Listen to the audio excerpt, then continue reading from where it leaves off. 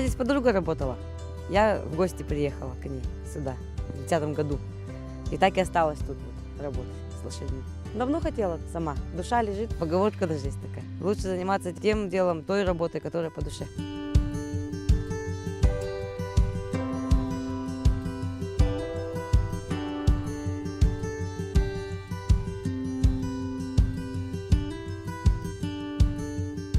Первый раз мне было, наверное, лет 10. Я на пони каталась. Его Бакс звали.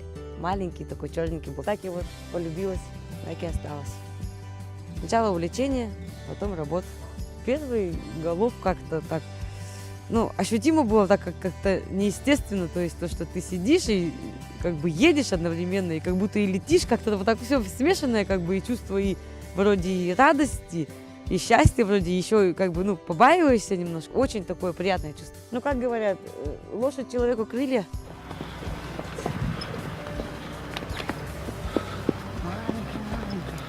Базовый навык обучения. Шаг, рысь, галоп. Ну, когда вот, допустим, ребенок приходит к нам, перво-наперво он учится чиститься, седлать лошадь, ну, как подходить, как обращаться. Потом садится на лошадь и учится держать равновесие на шагу сначала. Потом переходит на рысь. И когда уже освоит уже рысь, он переходит в галоп. Кто-то сразу схватывает, быстро учится, кто-то месяц ходит, 2. Ну, вот зависит от человека. Раньше приходили где-то с 5, с 6 лет, вот маленькие совсем. А поскольку как бы родители сами за них все делают, естественно, мучаются, там чистятся, ну, как бы сами седлаются. Поэтому сейчас решили где-то, ну, с 10 лет брать. Потому что ребенок понимает уже конкретно, что нужно делать.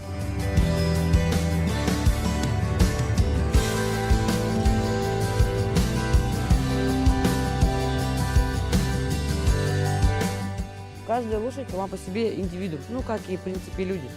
У них у каждой свой характер, то есть каждой лошади нужно найти свой подход. Я считаю, что лошадь должна также воспитываться, в принципе, как и все животные. То есть если лошадь что-то хорошо сделала, научилась чему-то хорошему, да, ее нужно, конечно, похвалить. Если лошадь что-то напакостила, естественно, нужно наказать. Так же, как и с детьми. Почему должно быть какое-то различие?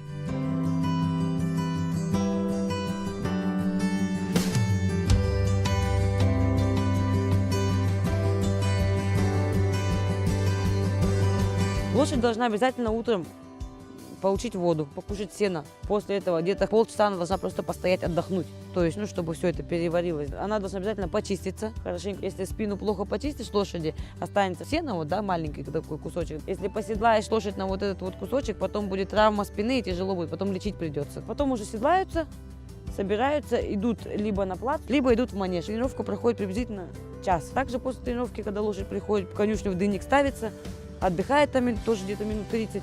Потом после тренировки обязательно чистится лошадь, потому что лошадь потеет, остаются после этого залипы на шерсти. Это обязательно нужно чистить, потому что потом чешется. Потом воду дает и сено. Потом к вечеру уже дается овес. Вот наглядный пример стоит. Сахар любит вообще до ужаса, до безумия.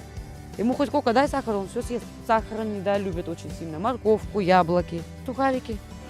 Спокойно, невозмутимо. Ну, как обычно. Люди приходят на скачки в основном, естественно, потому что скачки более как бы развиты, чем конкур. Но я надеюсь, что в ближайшем будущем конкур тоже поднимется, потому что все-таки конкур-то олимпийский вид спорта считается. Конкуристов жокеи очень отличаются. То есть конкуристы, они сидят в седле постоянно.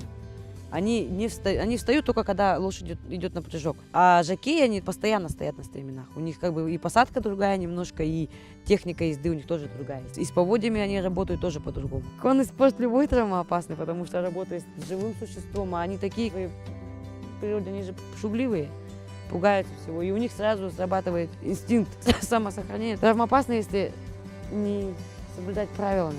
Обязательно нужен шлем. Жилет, желательно, чтобы был. Должны быть сапоги. Специальные есть ездовые сапоги. Если падаешь, жилет и каск очень спасают. Ну, потерпи чуть-чуть. С меня морковка, вечером понесу. Все равно вечером принесу. Обиделся. Совсем.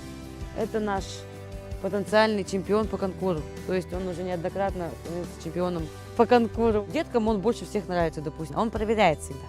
Сможешь, не сможешь, боишься, не боишься. Так, тапочки мои, видишь? Ну, такой вот он, добрый, так сам по себе. Лошади, в принципе, все добрые. Только главное подход найти. То у нас 9 лошадей.